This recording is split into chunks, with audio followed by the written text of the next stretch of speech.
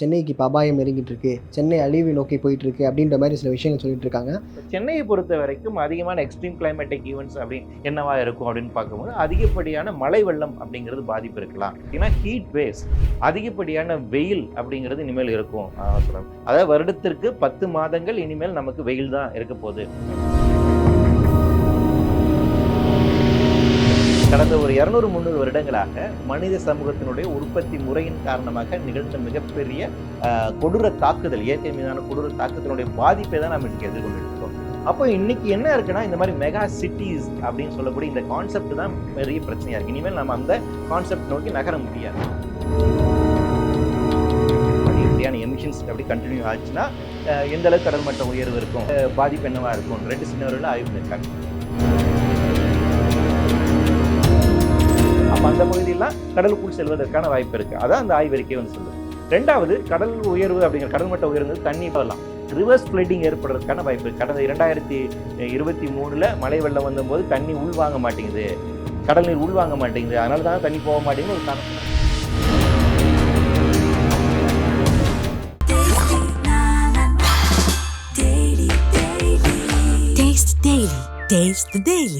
Sir வணக்கம் sir. வணக்கம் sir, நெறைய வீடியோஸ்ல நெறைய பேர் வந்து சொல்றது என்னன்னா, சென்னைக்கு இப்ப அபாயம் நெருங்கிட்டு இருக்கு. சென்னை அழிவை நோக்கி போயிட்டு இருக்கு அப்படின்ற மாரி சில விஷயங்கள் சொல்லிட்டு இருக்காங்க.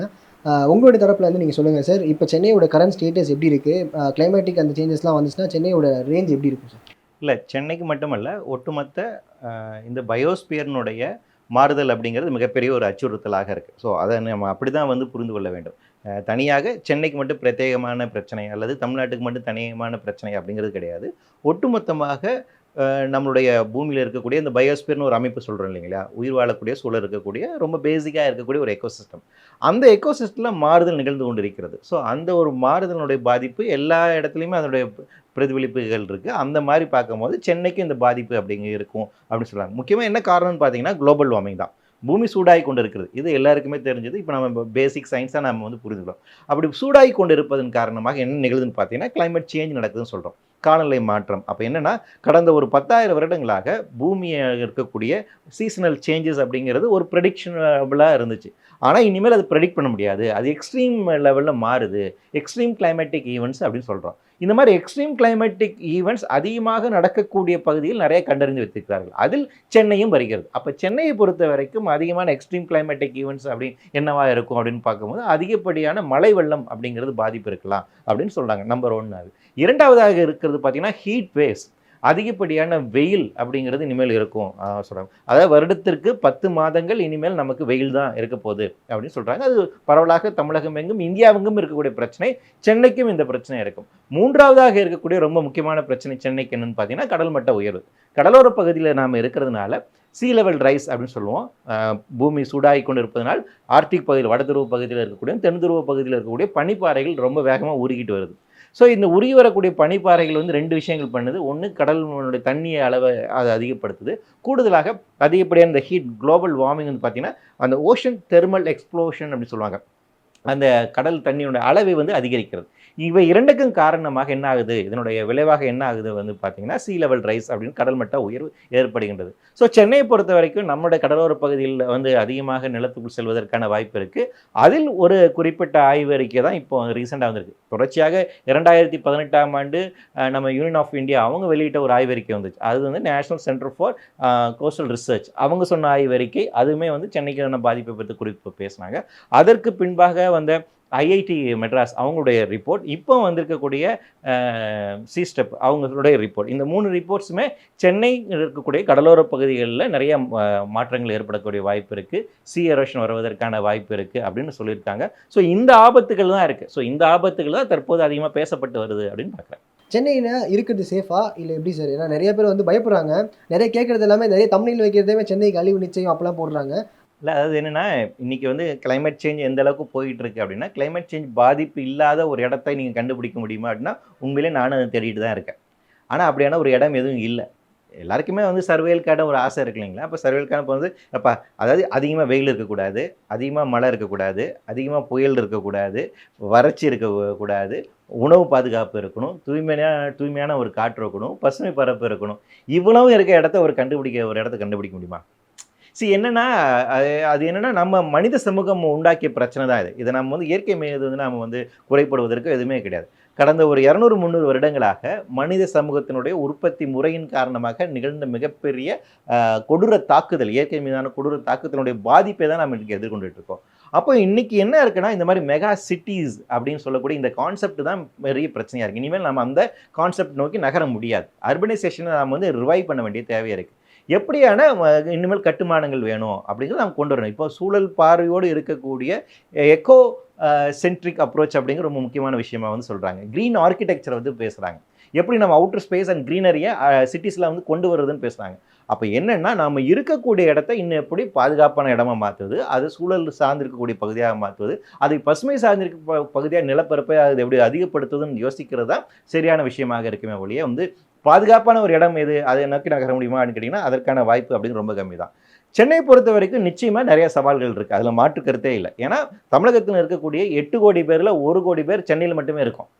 அப்போ ஒரு குறுகிய நிலப்பரப்பில் அதிகப்படியான மக்கள் இருக்காங்க. அப்போ நிச்சயமாக நெருக்கடி அதிகமாக தான் இருப்பீங்க. அப்போ இந்த மக்களுக்கு நம்ம மின்சாரம் கொடுத்தாகணும், 24 ஹவர்ஸ் அவங்களுக்கு மின்சாரம் கொடுத்தாகணும், தண்ணி கொடுத்தாகணும், கழிவுகளை வந்துட்டு இங்கேருந்து வெளியிருந்து அகற்றி ஆகணும். இது எல்லாமே மிகப்பெரிய ஒரு சேலஞ்ச். இத்தனை பேருக்கு வீடு கொடுத்தாகணும். அப்போ எவ்வளோ ஒரு சேலஞ்சிங்கான ஒரு விஷயம் இருக்குங்களா? அப்போ இது எப்படி சஸ்டைனபிளாக செய்வது அப்படிங்கிற ஒரு கேள்வி இருக்குது. அப்போ அதுக்கான ஒரு ப்ராப்பர் மெக்கானிசத்தை நம்ம டெவலப் பண்ணணும். அப்போ சென்னையை இன்னுமேல் அது கொள்ளளவே வந்துட்டு அது இவ்வளோ தான். அப்போ மேலும் மேலும் மக்கள் இங்கு வந்து குவியாமல் தடுப்பதற்கான நடவடிக்கை இருக்குங்கிறத பார்க்கணும். அப்போ என்னென்னா, நீங்கள் டீசென்ட்ரலைசேட் பண்ணணும். சென்னையில் தான் வந்து நமக்கு பொலிட்டிக்கல் கேபிட்டலும் இதுதான், மேனுஃபேக்சரிங் கேபிட்டலும் இதுதான், எக்கனாமிக்கல் கேபிட்டலும் இதுதான். அப்போ சென்னையை வந்து நீங்கள் இங்கே இவ்வளோ தூரம் விஷயம் இருக்கும்போது எல்லா மக்களும் இங்கே தான் வர சொல்லுவாங்க. அப்போ இது எப்படி நீங்கள் டீசென்ட்ரலைஸ் பண்ணணும் அப்படிங்கிறது நம்ம யோசிக்க வேண்டிய ஒரு தேவை இருக்குது. அதே போல் தற்போது சென்னையில் இருக்கக்கூடிய அந்த பாதுகாப்பு அம்சங்களை எப்படி நம்ம உறுதி செய்ய போகிறோம் அப்படிங்கிற ஒரு கேள்வி இருக்குது. இன்னும் அதுக்கு இப்போ நம்ம என்ன பண்ணணும், முக்கியமான விஷயம் என்ன பண்ணால் ஏர்லி வார்னிங் சிஸ்டத்தை நம்ம டெவலப் பண்ண வேண்டிய தேவை இருக்குது. இப்போ சென்னைக்கான என்ன ஆபத்து இருக்குது, அதை எப்படி கண்டறிவது, அந்த ஆபத்தை கண்டறிந்து மக்களை எப்படி முன்னெச்சரிக்கை செய்வது அப்படிங்கிற ஒரு கேள்வி இருக்குது. இப்போ ஹீட் வேவ்ஸ் பொறுத்த வரைக்கும் அது வந்து ஒரு சைலண்ட் கில்லர். நம்ம இப்போ மழை பொழிகிறது, புயல் அடிக்கிறது கண்ணுக்கு தெரியும். ஆனால் ஹீட் வேவ்ஸ் கண்ணுக்கு தெரியாது. அதிகமாக வெயில் இருக்குங்கிறத நம்ம உணர்வே முடியாது. அது 40 போகுது, 42 போகுது, நம்ம உடம்பு தாங்காதுப்பா அப்படின்னு நமக்கு தெரியாது இல்லையா? அப்போ அந்த மாதிரி அதுக்கான அலர்னிங் சிஸ்டத்தை நாம் வந்து டெவலப் பண்ண வேண்டிய ஒரு தேவை இருக்குது. நிச்சயமாக நமக்கு ஆபத்து இருக்குது, அதில் மாற்று கருத்து இல்லை. ஆனால் இந்த சவாலை நாம் நிச்சயமாக எதிர்கொள்ள வேண்டும். அதுக்கு நம்ம ஒரு மனித சமூகமாக ஒருங்கிணைந்து செயல்பட வேண்டிய ஒரு தேவை இருக்கிறது. 2040 வந்து 7% வந்து கடல் மட்டம் இன்க்ரீஸ் ஆக போகுது. இதனால் வந்து அடையார், பள்ளிக்கரணை, ஆர்பர் இது மாதிரி நிறைய இடங்கள் வந்து பாதிக்கப்பட போகுதுன்ற ஒரு ஸ்டேட்மெண்ட் வருது. சென்னை பொறுத்த வரைக்கும் 2 சினாரியோவில் ஆய்வு பண்ணுறாங்க. அதாவது தற்போது இருக்கக்கூடிய நிலைமையில் வந்துட்டு அப்படியே தொடர்ந்துச்சுன்னா, அதிகப்படியான எமிஷன்ஸ் அப்படி கண்டினியூ ஆச்சுன்னா எந்த அளவுக்கு கடல் மட்ட உயர்வு இருக்கும் அப்படின்னு ஒரு சினாரியோ. நம்ம க்ரீன் ஹவுஸ் கேஸ் எமிஷன்ஸை குறைச்சிட்டோம், கார்பன் டை ஆக்சைடு எமிஷன்ஸை குறைச்சிட்டோம், குளோபல் வார்மிங் கொஞ்சமாக குறைச்சிருக்கோம் அப்படின்னா அதனுடைய பாதிப்பு என்னவாக இருக்கும் 2 சினாரியோவில் ஆய்வு பண்ணியிருக்காங்க. 2 சினாரியோவில் அடிப்படையில் பார்க்கும்போது 2050ஆம் ஆண்டுக்குள்ளாக சென்னை சுற்றி இருக்கக்கூடிய கடலோர பகுதிகளில் வந்து பார்த்தீங்கன்னா ஏறத்தாழ 73 சென்டிமீட்டர் அளவுக்கு கடல் மட்ட உயர்வு இருக்கலாம் அப்படிங்கிற அந்த ஆய்வறிக்கை சொல்கிறாங்க. கன்னியாகுமரி அண்டு நாகர்கோவில், தூத்துக்குடி அண்டு கன்னியாகுமரிலாம் பார்த்தீங்கன்னா இன்னும் கொஞ்சம் அதிகமாகலாம், 74 வரைக்கும் போகலான்னு. சென்னை பொறுத்த வரைக்கும் 72 அப்படிங்கிறதுல சொல்கிறாங்க. இப்போ 72 சென்டிமீட்டர் அளவு அப்படிங்கிறது பார்த்தீங்கன்னா ஏறத்தாழ வந்து 1 மீட்டர் அளவுக்கு, கிட்டத்தட்ட 1 மீட்டர் அளவுக்கான உயர்வு ஏற்படலாம், முன்ன பின்ன அப்படிங்கிறது இருக்கலாம். அப்படி 1 மீட்டர் அளவுக்கு உயர்வு ஏற்பட்டுச்சு அப்படின்னு வந்து பார்த்தீங்கன்னா சில இடங்கள்னு பார்த்தீங்கன்னா ஆல்ரெடி எலிவேஷன்ஸ் வந்து ரொம்ப ரொம்ப கம்மியாக இருக்கக்கூடியதாக இருக்கும். சுருக்கமாக புரிஞ்சுக்கினா மெரினாவிலேருந்து நம்ம டிஜிபி ஆஃபீஸ் வந்து பார்த்தீங்கன்னா 6 மீட்டர் உயர்வில் இருக்குது. அதே கொஞ்சம் வட சென்னை நோக்கி நீங்கள் போய் பார்த்தீங்கன்னா நிறைய தாழ்வான பகுதி இருக்குது. அப்போ அந்த பகுதியெல்லாம் கடலுக்குள் செல்வதற்கான வாய்ப்பு இருக்குது. அதான் அந்த ஆய்வறிக்கை வந்து சொல்லுது. ரெண்டாவது, கடல் உயர்வு அப்படிங்கிற கடல் மட்ட உயர்வுங்கிறது தண்ணி இப்படி உயர்ந்து இப்படி உள்ளே வருங்கிறது கிடையாது. சீ ஃப்ளட்டிங் அப்படின்னு ஒரு கான்செப்ட் இருக்குது. அதாவது என்னென்னா, கொசத்தலையார் இருக்குது, அடையார் இருக்குது, கூவம் இருக்குது. இந்த 3 நதிகளுமே கடலில் தான் போய்க்குது. அது என்னென்னா, இப்போ தண்ணி இப்படி போயிட்டுருக்கு, ரிவர்ஸில் வரலாம். ரிவர்ஸ் ஃப்ளட்டிங் ஏற்படுறதுக்கான வாய்ப்பு இருக்குது. கடந்த 2023 மழை வெள்ளம் வந்தபோது தண்ணி உள்வாங்க மாட்டேங்குது, கடல் நீர் உள்வாங்க மாட்டேங்குது, அதனால தான் தண்ணி போக மாட்டேங்குதுன்னு ஒரு காரணம் சொன்னாங்க. பள்ளிக்கரணை, அடையார் எக்கோ பார்க், அதுக்கப்புறம் இது நம்ம போர்ட் துறைமுக பகுதிகள், இந்த மாதிரி நிறைய பகுதிகள்லாம் கடலுக்குள் செல்வதற்கான வாய்ப்பு இருக்குன்னு சொன்னாங்க. எங்கெங்கெல்லாம் இந்த தாழ்வான பகுதியில் இருக்கலாம் அந்த இடங்களில் கடல் நீர் உள்ளே வருவதற்கான ஆபத்து இருக்குது. கிட்டத்தட்ட 7% நிலப்பரப்பு கடல் நீர்களால் ஆக்கிரமிக்கப்படலாம் அப்படிங்கிறத அவங்களுடைய ஆய்வறிக்கை. அண்ட் எவ்ரி இயர் இந்த மாதிரி மழைகள் வந்து இருக்குது, ஏதாவது ஒரு பிரச்சனைகள் நம்மளுக்கு இதை ஃபேஸ் பண்ணி தான் இருக்கும். பட் கவர்மெண்ட் சைட்லேருந்து எந்த மாதிரி ஒரு சேஃப்டி மெஷர்ஸ் எடுக்கிறாங்க அண்ட் அதை கடைபிடிக்கிறாங்களா சார் எவ்ரி இயர்? உலக அளவில் வந்து பார்த்தீங்கன்னா காலநிலை மாற்ற பிரச்சனைகள்லாம் எதிர்கொள்வதற்காக 1992 ஃபஸ்ட்டு கன்வென்ஷன் வந்துச்சு. International framework convention on climate change அப்படின்னு 1992 வந்துச்சு. 97 குயோட்டோ புரோட்டோகால் அப்படின்னு அதை அமல்படுத்துவதற்கான சில சட்டத்திட்டங்களை கொண்டு வந்தாங்க. அந்த 2 சட்டங்களுமே போதுமான அளவுக்கு நடைமுறைப்படுத்தப்படவில்லை அப்படிங்கிறதா 2015 பாரிஸ் அக்ரிமெண்ட் வந்துச்சு. இந்த பாரிஸ் அக்ரிமெண்ட் என்ன சொல்லுச்சுன்னா, பூமியினுடைய தட்பவெப்பநிலை குளோபல் ஆவரேஜ் டெம்பரேச்சர் அப்படிங்கிறது 2050 ஆண்டுக்குள்ளாக 1.5லிருந்து 2 டிகிரி செல்சியஸ் அளவுக்கு உயருவதற்கான வாய்ப்பு இருக்குது. அதை அப்படியே நிறுத்தி வைக்கணும். அதற்கும் அதிகமாக போச்சு அப்படின்னா அது எல்லோருக்குமே ஆபத்து. 2 டிகிரி செல்சியஸ்க்கு மேலே உயர்ந்துருச்சு 2050க்குள்ள அப்படின்னு பார்த்தீங்கன்னா இந்த பூமியில் உயிர் வாழ்வது என்று ரொம்ப கடினமாக இருக்கும். எனவே அதுக்கு மட்டுப்படுத்த வேண்டும் என்பதுக்கு தான் பாரிஸ் ஒப்பந்தத்தினுடைய சாராம்சம். இந்தியா அதில் கையெழுத்திட்டு இருக்கு. கொள்கைகளை நம்ம வந்து ஏற்றுக்கிட்டு இருக்கோம். அதன்படி நாம் நிறைய பாலிசிஸை அனௌன்ஸ் பண்ணியிருக்கோம்.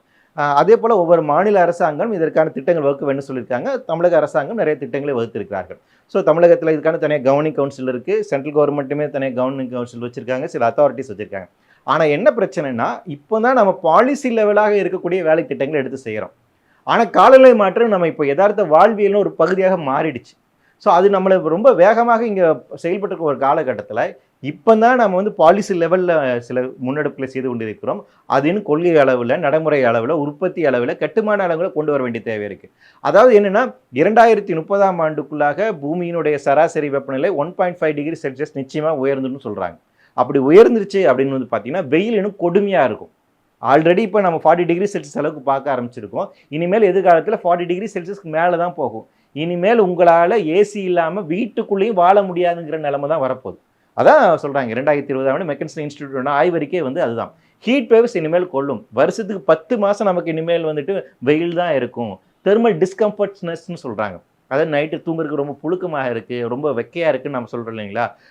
அதன் காரணமாக மெட்டபாலிசம் கொலாப்ஸ் ஆகி ஹீட் ஸ்ட்ரோக் வந்து இறக்கக்கூடிய எண்ணிக்கை ஆல்ரெடி நடந்து கொண்டே இருக்கிறது. எதிர்காலம் நடக்கலாம். இந்த எலெக்ஷன் டைமில் நாம் வந்து பார்த்தோம், எலெக்ஷன் ஆஃபீஸர்ஸ் ஒரு 25 பேர் இறந்து போனாங்க அதிகப்படியான வெயில்னால். அப்போ எதிர்காலத்தில் இந்த மாதிரி வெயில் நமக்கு வந்து மிகப்பெரிய ஒரு பிரச்சனையாக இருக்குது. ஆல்ரெடி நமக்கு இருந்து கொண்டே இருக்கிறது. அப்போ இன்னும் கூடுதலாக இந்த மாதிரி எந்த விதமான இயற்கை மாற்றங்கள் என்ன பாதிப்பை உண்டாக்கும் என்பதற்கான வர்னபிலிட்டி அசஸ்மெண்ட் வேணும் நம்மகிட்ட. இப்போ தமிழகம் எடுத்துக்கிட்டிங்கன்னா சென்னைக்குள்ள என்னென்ன வர்னபிலிட்டி இருக்குது அப்படிங்கிற அசஸ் பண்ணணும். ஆல்ரெடி ஒரு அசஸ்மெண்ட் ரிப்போர்ட் அப்படிங்கிறது வந்துருக்குமே, அதை இன்னும் நாம் மேம்படுத்த வேண்டிய தேவை இருக்குது. எந்தெந்த மாவட்டங்கள் ரொம்ப மோசமாக இருக்குங்கிறதுக்கான ஒரு ஆய்வறிக்கை ஏற்கனவே செஞ்சுருக்காங்க. அதை நாம் இன்னும் மேம்படுத்த வேண்டியிருக்கு. அந்த வர்னபிலிட்டி அசஸ்மெண்ட் மூலமாக ஒவ்வொரு பகுதியிலும் பாதுகாப்பதற்கான என்ன நடவடிக்கை மேற்கொள்ள வேண்டும் என்று அடுத்த நடவடிக்கை நாங்கள் செல்ல வேண்டும். ஸோ அதுதான் மிட்டிகேட்டிவ் அண்ட் அடாப்டிவ் ஸ்டெப்ஸ்ன்னு சொல்லுவாங்க. அந்த நடவடிக்கை அரசாங்கம் மேற்கொள்ள வேண்டும்.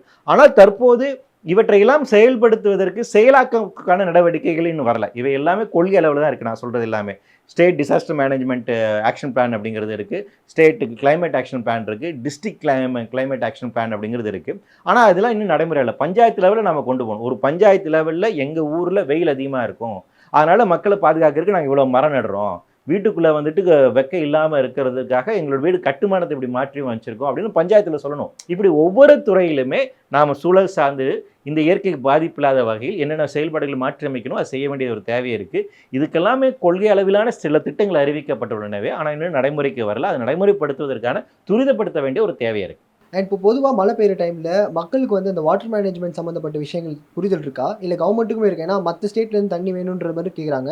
ஆனால் எக்ஸசிவ் வாட்டர் வரும்போது அதை சேமித்து வைக்கிற திட்டம் நம்மக்கிட்ட இல்லாமல் போயிடுச்சா அப்படின்ற மாதிரி ஒரு கேள்வி இருக்குது சார். இது 2 விதமாக பார்க்கலாம். ஒன்று, சென்னைக்குள்ளே எப்படி நீங்கள் மழைநீர் சேகரிப்பு செய்ய போகிறோம் அப்படின்னு சென்னை தவிர்த்தக்கூடிய மற்ற பகுதி. ஏன்னா சென்னைக்குள்ளே நீங்கள் மழைநீர் சேகரிப்பு அப்படிங்கிறது ரொம்ப சவாலான விஷயம். ஏன்னா சென்னையில் ஏறத்தாழ 1,20,00,000 மக்கள் இருக்கிறாங்க அப்படிங்கிறது ஒரு ஆய்வறிக்கை வந்து நமக்கு ஒரு புள்ளி வரும் நமக்கு வந்து சொல்கிறது. ஏறத்தாழ 1 கோடி பேர் இருக்காங்க. இந்த 1 கோடி பேர் இருக்கக்கூடிய இடத்துல இவ்வளவு கட்டுமானங்கள் இருக்கிற இடத்துல நீங்கள் வந்து ரெயின் வாட்டர் ஹார்வெஸ்டிங் செய்கிறது ரொம்ப சவாலான விஷயங்கள். அப்போது பொது பாதைகளாக இருக்கக்கூடிய இடம், பொது இடங்கள், ஓப்பன் ஸ்பேஸ், இந்த இடத்துல நம்ம ரெயின் வாட்டர் ஹார்வெஸ்டிங் பண்ணணும். இன்னொன்று விஷயம் என்னென்னா, சிஎம்பியினுடைய மாஸ்டர் ரூல்ஸில் வந்துட்டு எல்லா வீடுகள்லையுமே வந்து ரெயின் வாட்டர் சிஸ்டம் இருக்கணுங்கிற சட்டம் இன்றைக்கு வரைக்கும் இருக்குது. அது இருந்தால் தான் சிஎம்பி அப்ரூவல் கொடுக்குறாங்க. ஆனால் அப்படி அப்ரூவல் கொடுத்து கட்டப்படுகின்ற கட்டடங்களையும் இந்த மாதிரி ரெயின் வாட்டர் ஹார்வெஸ்டிங் சிஸ்டம் இல்லை, மழைநீர் சேகரிப்பு திட்டங்கள் சரியாக நடைமுறைப்படுத்தப்படுவதில்லை அப்படிங்கிறது அந்த சட்டம் எந்த அளவுக்கு எக்ஸிக்யூட் பண்ணுறாங்க அப்படிங்கிற ஒரு கேள்விக்குள்ளாப்படுது.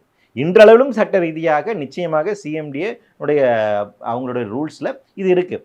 எல்லாம் அது அது இருக்குன்னு சொல்லிட்டு தான் அனுமதி வாங்குறாங்க, ஆனால் செய்யறதில்ல. அப்போ அவங்க மேலே நடவடிக்கை எடுக்க வேண்டிய ஒரு தேவை அப்படிங்கிறது அர்பன் சார்ந்திருக்கக்கூடிய சமூகமாக. அப்போ அர்பனைசேஷன் இந்த அர்பன் வாழ்வியல்ல எப்படி மழைநீர் சேகரிப்பு திட்டங்களை கொண்டு வருவது, ஏன்னா இது ரொம்ப அத்தியாவசியமான நிலத்தடி நீரை நீங்கள் அதிகப்படுத்துவது என்பது ரொம்ப, ஏன்னா ஏற்கனவே ரொம்ப கிரிட்டிக்கலாக இருக்கக்கூடிய ஒரு இடமாக இருக்குது. அப்போ அது செய்ய வேண்டியது ரொம்ப ரொம்ப சவாலான ஒரு விஷயமாக இருக்குது. நீர் மேலாண்மை, நீர் பாதுகாப்பு என்பது ரொம்ப அவசியமான பிரச்சனை. அப்போ தான் நீங்கள் பக்கத்து மாநிலங்களை நம்பி இல்லாமல் நாம் தன்னிறைவு பெற்ற ஒரு மாநிலமாக மாற வேண்டும். அப்போ நம்முடைய கட்டுமானங்கள் நம்ம எந்த அளவுக்கு நம்முடைய பசுமை பரப்புகளை வந்துட்டு பாதுகாக்க போகிறோம், மேற்கு தொடர்ச்சி மலையை எப்படி பாதுகாக்க போகிறோம், நீர்நிலைகளை எப்படி வந்து பாதுகாக்க போகிறோம், சதுப்பு நிலங்களை எப்படி பாதுகாக்க போகிறோம், இதெல்லாம் பாதுகாப்பதன் மூலமாக தான் நீங்கள் நீரை பாதுகாக்க முடியும். பெஸ்ட் எக்ஸாம்பிள் நமக்கு வந்து பெங்களூர் தான். பெங்களூர் வந்துட்டு பார்த்தீங்கன்னா இந்த சிட்டி ஆஃப் லேக்ஸ்னே சொல்லுவாங்க. தௌசண்ட்ஸ் ஆஃப் லேக்ஸ் இருந்த ஒரு இடம். இன்னைக்கு அங்கே வந்து பார்த்தீங்கன்னா 83 லேக் தான் இருக்குது. அந்த 83 லேக்ஸ்லேயும் வந்து பார்த்தீங்கன்னா ஏறத்தாழ 31 லேக்கில் மட்டும்தான் தண்ணி இருக்குது. ஸோ அவங்க வாட்டர் மேனேஜ்மெண்ட் எவ்வளோ ஃபஸ்ட்டாக இருக்குன்னு வந்து பாருங்க. அதாவது ஒரு அன்பிளான்டான ஒரு அர்பன் டெவலப்மெண்ட் என்ன எதில் போய் முடியும் அப்படிங்கிறது அங்கே இருக்குது. பெஸ்ட் எக்ஸாம்பிள் நமக்கு பெங்களூர் தான். பெங்களூர் கிட்டத்தட்ட ஒரு அன்சஸ்டைனபிள் நகரமாகவே மாறிட்டு வருது. கிட்டத்தட்ட சென்னையுமே அப்படி தான் இருக்குது. அதனோட கேரிங் கெப்பாசிட்டி மீறி தான் இங்கே இருக்குது. அப்போது நாளைக்கு சென்னைக்கு இந்த ஆபத்து வராமல் இருக்கணும் அப்படின்னா நாம் வந்து நீர் மேலாண்மை இன்னும் அதிக கவனம் எடுத்து செயல்படுத்த வேண்டிய ஒரு தேவை இருக்குது. அப்போ ஏற்கனவே இருக்கக்கூடிய சட்டங்களோடு கூடுதலாக செய்ய வேண்டியது என்னென்னா, மிச்சம் மீதி இருக்கக்கூடிய நீர்நிலைகளை எப்படி பாதுகாப்பது, அவற்றை எப்படி நம்ம கன்சர்வ் பண்ண போகிறோங்கிறது ரொம்ப முக்கியமான விஷயம். அப்போ நீர்நிலை சார்ந்திருக்கக்கூடிய பகுதிகளை நோ டெவலப்மெண்ட் ஜோனாக அறிக்கணும். அது எக்கோ சென்சிட்டிவ் ஜோனாக வந்து அறிக்கணும். எப்படி வந்து உங்களுக்கு மேற்கு தொடர்ச்சி மலையில் இருக்கக்கூடிய சூழலில் முக்கியத்துவம் அந்த பகுதியில் காட்டில் வந்து அவர்கள் எக்கோ சென்சிட்டிவ் ஜோனாக அதை அறிவித்து அதை கேட்டகரைசேஷன் பண்ணணும் அப்படின்னு சொன்னாரோ, அதே மாதிரி நீரியல் சார்ந்திருக்கக்கூடிய பகுதியில் நம்ம அறிவிக்க வேண்டிய தேவை இருக்குது. குறிப்பாக சென்னை சுற்றி இருக்கக்கூடிய திருவள்ளூர், காஞ்சிபுரம், செங்கல்பட்டு இந்த மாவட்டங்களில் இருக்கக்கூடிய நீரியல் அமைப்பு, அந்த ஹைட்ராலஜிக்கல் சைக்கிள்ங்களா, அவற்றை கண்டறிந்து இவற்றை வாட்டர் சாங்சுரினே அனௌன்ஸ் பண்ணணும். ஏன்னா அந்த அளவுக்கு இன்டர்கனெக்டடாக இருக்கக்கூடிய ஒரு நர்வஸ் சிஸ்டம் அப்படிங்கிறது இங்கே ஒர்க் ஆகிட்டு இருக்கு. அப்படி செய்தால்தான் சென்னைக்கான நீர் பாதுகாப்பை நாம் உறுதி செய்யப்பட வேண்டும். இது சென்னைக்கான பாதுகாப்பு திட்டம். அதே போல் மற்ற மாவட்டத்தில் இருக்கக்கூடியதுக்கான திட்டத்தை நாம் கொண்டு வர வேண்டும். குறிப்பாக மேற்கு தொடர்ச்சி மலையை நாம் பாதுகாப்பதற்கான திட்டங்களையுமே நாம் கொண்டு வர வேண்டும்.